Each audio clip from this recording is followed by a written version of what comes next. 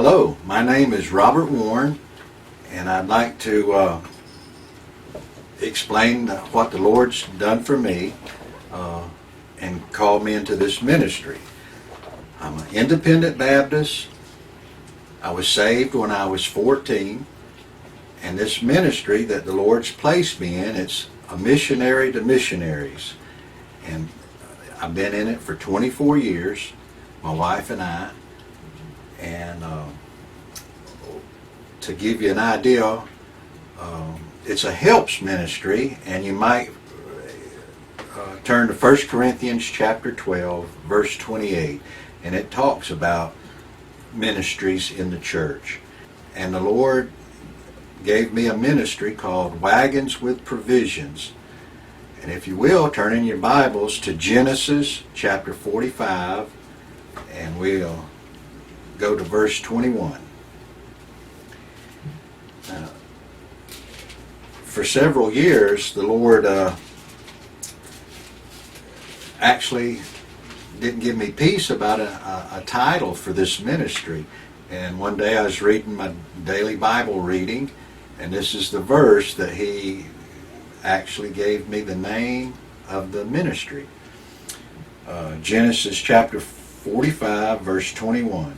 And the children of Israel did so, and Joseph gave them wagons according to the commandment of Pharaoh, and gave them provision for the way.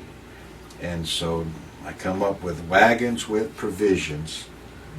Okay, and this is part of the purpose of this ministry. If you will, turn to Matthew chapter 14. And the purpose is I try to help missionaries and national pastors either in the Indian reservations in the United States or the third world countries where they have orphanages and clinics to help with their problems that they have that most Americans are not familiar with, because God has really blessed America, and this is some verses that will help you understand why I do the ministry. And Jesus, this is Matthew chapter 14, verse 14. And Jesus went forth and saw a great multitude, and was moved with compassion towards them, and He healed their sick. And also verse 16. But Jesus said unto them, they need not depart, give ye them to eat. So not only Jesus met their need for the moment, which was hunger, he not only fed them, but also it says that they brought the sick to Him and He healed them. Okay.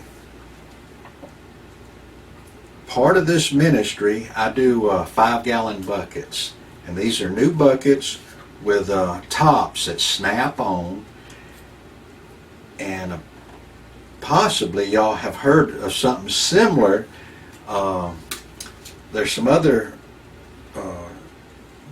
churches that use shoe boxes, and they call them Christmas shoe boxes.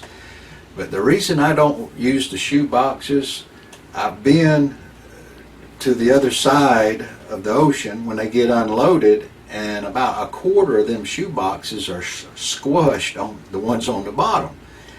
And a shoe box, after maybe, depends on the weather conditions, being used in their houses that have no heating and air conditioning, the shoe boxes sometimes come unglued. So this is why I chose the buckets. That's one reason. The second reason is I've been there when the children and the mom take buckets down to the river with their clothes to be washed. Sometimes I've actually seen a bucket in each hand and one on their head. And then when they get the clothes washed, they bring back water for washing and cooking purposes. So the bucket doesn't stop once the materials that y'all churches would send to these people. Also, they use the buckets with a lid on it. It would be two things. One, a closet to keep stuff stored, whether it be food or their clothes or their school supplies.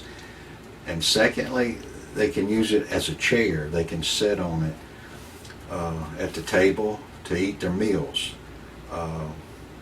So there's many reasons that we not only ship things in the buckets, but it also ends up helping them after they get it. Okay. In these buckets, I like to ship hygiene kits. That would be like toothbrushes, hairbrushes, shampoo, soap. For each child, I try to send 2 towels and 2 washcloths. And then there'll be your toothpaste and things that you and I use every day. They have the same needs, but they just don't have the supplies. So that's one thing. And I do have lists for these supplies and kits. The second thing is school supplies. I have many missionaries that have actually called me and said, Brother Robert, we're out of paper. We have no more school paper. So I try to get pallets of school paper, and a company up in Tennessee has been very helpful in this. And so once I get the pallet of paper, I divide it up to several orphanages, and then this is where I need your help. We need pencils, erasers, scissors, glue, whatever. You just remember back, either when you was in school or your children are in school, the things that they use on a daily and weekly basis. And that's what I try to put in their buckets when I do the school supplies. The third thing, and this is a big help to them, I try to get the name of the child, their waist size, and their shoe size. And by doing that, that helps y'all be accurate in purchasing the things that you get for them. And they fit when they get there. Now the fourth thing, it helps the orphan children, but also it helps the missionary as a tool to reach the lost people in that village. And that's where they have a clinic or a small hospital. And for instance, there's one in Honduras, a clinic, and then in Haiti, that's with Brother Serge in Haiti. He has a 50-bed hospital, and we try to ship medical supplies that it's not the major stuff, because we can't ship through customs anything that's illegal, but we can do antibiotic salve, we can do gauze, bandages, tape, and believe me, I've been told, like at the earthquake situation in Haiti, Brother Serge called me, he said, Brother Robert, we need bandages and antibiotic salve. We're having to wash the bandages at the river and reuse them right now. We're out. And so with God's help, he allowed me to get 10 buckets full of the needs he had requested. I flew them over there by airplane, and he later let me know that it actually helped save lives, because of he had like 280 something patients that had amputations in a 50-bed hospital. They were laying on pallets on the sidewalk of the hospital, in tents out in the field, and he said that was a big help to him, and he didn't lose one patient that had an amputation out of that whole 280 plus patients.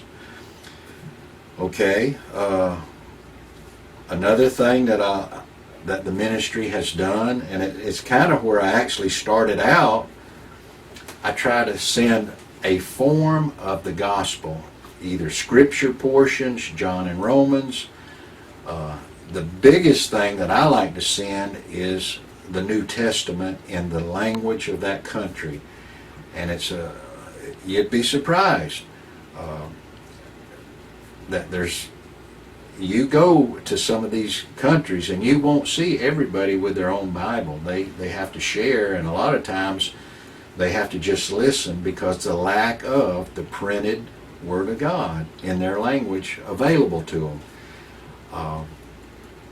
So that's actually what got me started in this ministry. I helped Victory Baptist Church take close to, it was 4 pallets, and you figure each pallet was about 2,000 pounds, and it was John and Romans in Spanish, and so you're looking at about 8,000 pounds, and Lord blessed me with the knowledge and talents to deliver them, and we did, and that was back in 1992, and since then, or at that very time that I arrived there, I had a pad and pencil in my pocket, and I'd take little notes of things that I seen that I might could help with. And also the Lord gave me the talent being a welder, and I seen that this church needed a banister on their balcony, and I told the pastor I would come back as soon as the Lord would help me and allow me to, and bring my little electric welding machine, and we'd fix that banister. And a couple months later, I was down in Mexico for about 2 weeks. He gave me like 6 men, never welded before. By the time I left, 2 of them come back before I left and said, "Hey, I got a job as a welder thanks to you teaching me." And the Lord just gave me a talent also to teach welding without speaking their language. And God blessed it and honored it. And so through getting the balcony done, it took, like I said, 2 weeks. So here I am, staying at some of the pastors' houses, eating the meals with several different families. And so I'd write down on my list needs that they had. Like they only had 2 plates, so I'd say they needed some more plates. No glasses. We just drank out of the whatever that container was, like a half a gallon of whatever liquid we were drinking at the meal. And so I come back and told my home church that we have a need for y'all going to yard sales and collecting these needs that I wrote down on my pad. And so sure enough, they helped me, and I took them back down and was accurate where I took them at, because I had wrote down what the families I stayed with actually needed. And the Lord really got into that. And I also had my pad and pencil again, and I seen new things, and it had never quit. And so here's some of the things that after I started doing the little things, the Lord got me into some things that the churches need. Like they have Christian schools, so they need school furniture. And I would find auctions at school, schools that were remodeling or going not out of business, but maybe relocating. So they'd sell their desk, their chalkboards, things like that, and overhead projectors. So I would get them at auctions, and again, the Lord was in that. Sometimes the auctions would have people there interested in something other than school desks. And one time the auctioneer said he started out at $10 a piece. He ended up at $1 a piece. And then he said, "Is there anyone here that would take these desks if I'd give them to them?" And I raised my hand. He gave me 300 desks, and he said, "You got 7 days to get them out of here." And so I had to rent a tractor trailer and to remove them, because they do take up a lot of room when you stacking desks on top of each other. It's about like putting socks on a rooster. And so the Lord blessed that, and so I got the desk at the best price you can get them at, and they weren't abused and beat up and broken. They were in good shape. So that's another thing that someone watching this might can help, and just call me, say, hey, I went to a school auction, I got 50 desks or whatever. Here's the thing after the helping the Christian schools, and I've took things out to the Indian reservations where they had Christian schools on their with a church that was on the reservation, and so then I got into church furniture. This is where a lot of churches in America are converting to church chairs that hook together. So they call me to come get the pews, or either through either remodeling or relocating, or say a disaster, and they call me to come get the pews. So my sons and I have been to many churches. We disassemble them where they don't get damaged in shipping, and it's time consuming, but it's worth it because they're used pews already, and if you don't take them apart, by the time they get where they're going, they usually end up getting some way busted, or they're very heavy, and then if they're the long ones, my back gets busted toting them. So that's why we take them apart, for a couple reasons.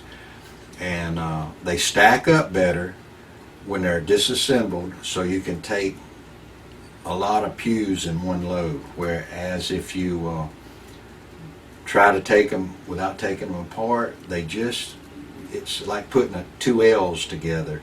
There's a lot of space in between them that is not used. Okay, well, here's another item in church furniture: pulpits, and then folding chairs. All these things are needed in all kind of little churches in third world countries. Okay, now here's another thing that I help with, and it's building supplies. I try to find out the measurements of windows and doors in these new churches being built, and I can get donations from some of the new, well, it's not hardwares, but it'd be like Lowe's or Home Depot. They have donated brand new items that might have a little scratch on it or a chip. And so I let them know what I'm doing with them, and they have been real good about helping us. And the other thing that come to my mind is not only doors and windows for existing buildings, but there are people out there that I'm talking to right now that have a degree in engineering and architect.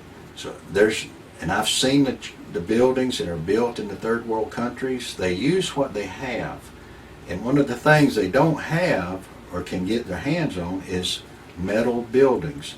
So we could fabricate metal trusses, put them in a container with the columns, and a work crew could go over, and I've helped a little bit in some of these prefabricated, just a skeleton structure, and that way they have the columns and the roof support out of steel, and then they can build their masonry type walls in between the columns, and that way it's something they can do. They're familiar with it, but the metal supports is what they don't have available to them, and it's just a real blessing, and it speeds up their process on having a church built.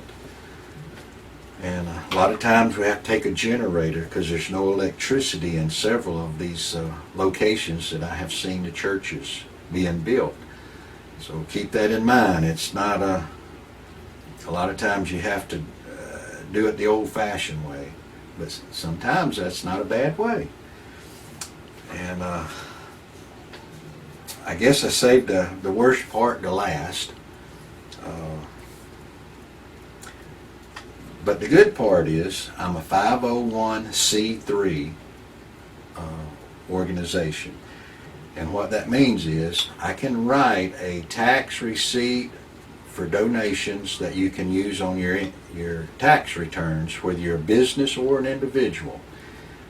And this allows you to write a check and designate it to one of the orphanages or one of the churches that is being built, and you get to see the results of your donation, plus you get to take it off of your income tax. So keep that in mind. And then if you write it to Wagons with provisions for expenses, just like this is the month of my birthday, and in Florida you have to renew your tags, and my tags for like 12 trailers and 2 trucks that I use in the ministry is a little over $800 for the whole year. But it's just $800 that you might want to be a part of helping me, because these trailers, they handle everything that we pick up and either put in a container or take it to the port to be loaded on a ship. And the diesel, the insurance, the tires, that will come out of some of the donations that y'all send, because that's some of the needs that I have every day and every week. Some of this stuff has to have part of that took care of. So thank you for your time, and if there's any questions, I'll give it to you right now, because I only gave you my P.O. box number, and the phone number is 850 area code 537-2547.